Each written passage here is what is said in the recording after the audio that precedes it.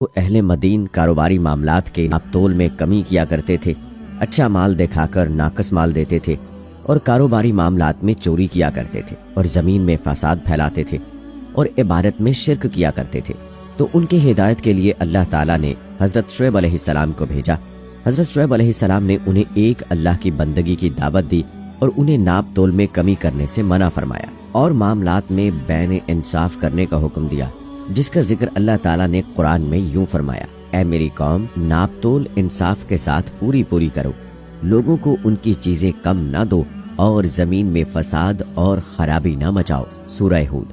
لیکن دوستو، ان کی قوم نے ان کی باتوں کو ماننے کی بجائے جھٹلا دیا، سوائے ان چند آدمیوں کے جو حضرت شعیب علیہ السلام پر ایمان لے آئے۔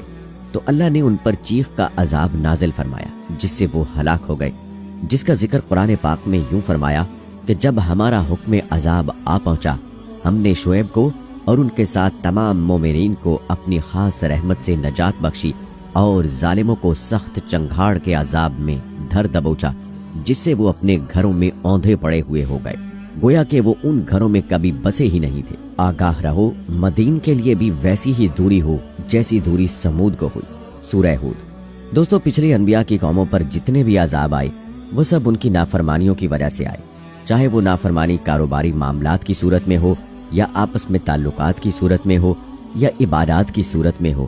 اللہ تبارک و تعالیٰ نے ان کی نافرمانیوں کی وجہ سے قیامت تک کے لیے آنے والی انسانیت کے لیے انہیں نشان عبرت بنا دیا۔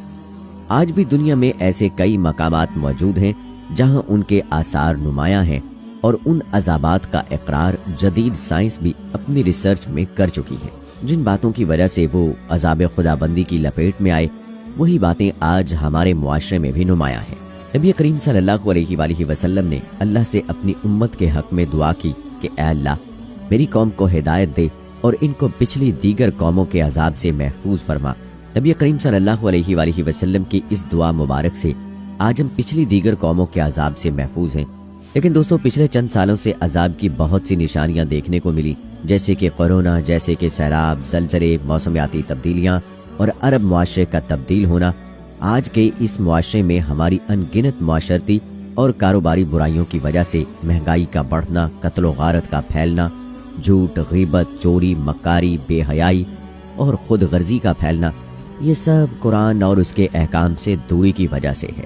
دوستو، آج ہم نے قرآن کے احکام پر عمل کرنا چھوڑ دیا اور سرور کونین صلی اللہ علیہ وآلہ وسلم کے فرامین مبارکہ کے دامن سے ہم دور ہو گئے ہیں۔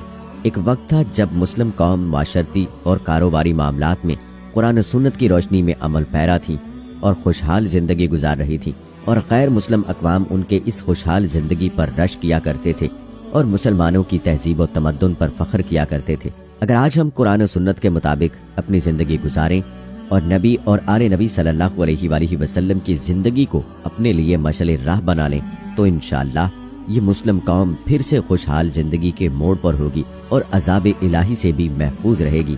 اللہ تعالی ہمیں دین کی صحیح سمجھ اور سیدھا راستہ دکھائے۔ آمین ثم آمین۔